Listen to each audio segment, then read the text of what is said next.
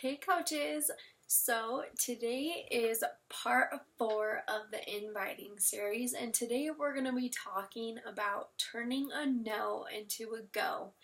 And I will be 100% honest in saying when I first became a coach, I hated it when people told me no because I took it personally. I took it as people telling me no because of me, when in reality, like in the previous movies before, it's not about you. So I am going to show you how to get excited for those no's, and it's taken me a long time to figure this out. And the first book I want to offer up for you guys to get excited for no's is the book Go for No. So if you haven't read that or heard of that, I highly recommend that you get that. And I just ordered my copy off of Amazon. It is a great book to get excited for those no's. So why get excited for no's? Because it's not about you. So when somebody tells you no, you need to still keep the connection between you and that person, because you never know when they're going to be ready. So what do you do when somebody says no, right? You go back to the relating and validating from the previous trainings.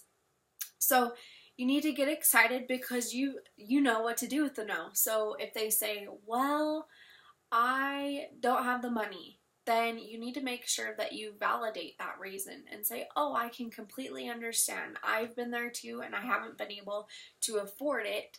But then here's the cool thing. You want to invite them to one of your free groups.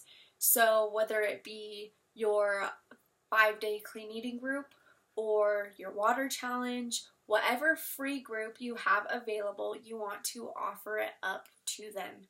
And that's the reason why I run one of these groups, one of my free groups, every single month, because I always have something to offer them for free. And so you need to make sure that you two are having those free groups that you can plug into and invite them to. So this is why I have my free groups, is because I always have a place to put my no's. So anybody that tells me no, that they can't afford it, or for whatever reason they just can't do it, then it's awesome because you still have somewhere to put them, right? So you need to, by doing this free group, you can still invite your positivity into their life and they can still see what it is you're doing.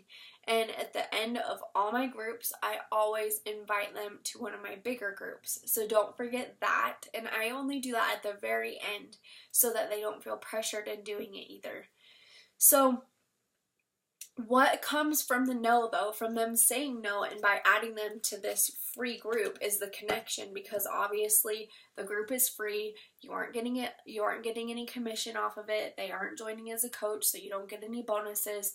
So it's just the connection, and connection's good because later on in the next video you're going to learn about recruiting. Connection is key when you start recruiting too. So connection, no matter what, is going to be key in this business. And so by doing this connection and by adding them to this group later on, you can also follow up with this person. I follow up with anybody that was in my group. And like I said, I offer to them to join in on one of my bigger 30-day groups again. And I say, hey, I'm getting ready to start this group. I know you mentioned that you wanted to try it. I know you tried my free clean eating group. Are you ready to get started? And sometimes they'll say no, which is totally fine. You keep building that connection because eventually they're going to come around and they are going to be ready and they are going to have that money, or they'll come up with that money. You just can't ever give up on this person. So now, I will go deeper into following up with people later. So if you commit to following up with somebody, you need to make it happen, and I'll go more into that in the next video. But sooner or later, that no is going to turn into a go. I don't even know what the word is. I can't even,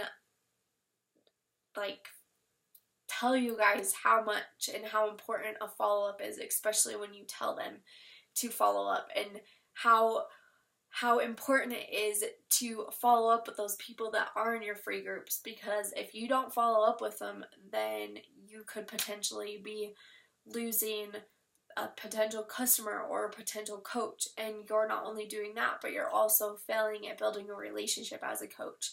So the next thing from that we're going to talk about in the next video is following up with people. So no matter what, you can't take these no's personally, and no matter if they say no or not, you're going to validate what they say, and you're going to relate and say, hey, you know, like, I understand financially if you can't do it, that's great.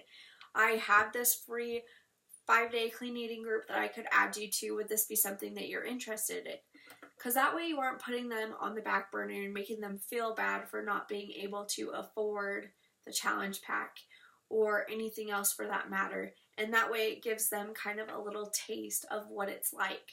So don't ever give up on those people that say no. And even after they have said no to your challenge group for sure, then guess what? You are going to put them back on your list, and you're going to restart back over again on this. So that's all that I have today, but we are going, in the next video, we're going to be talking about how to follow up with somebody without feeling salesy. So until then, talk to you later, guys.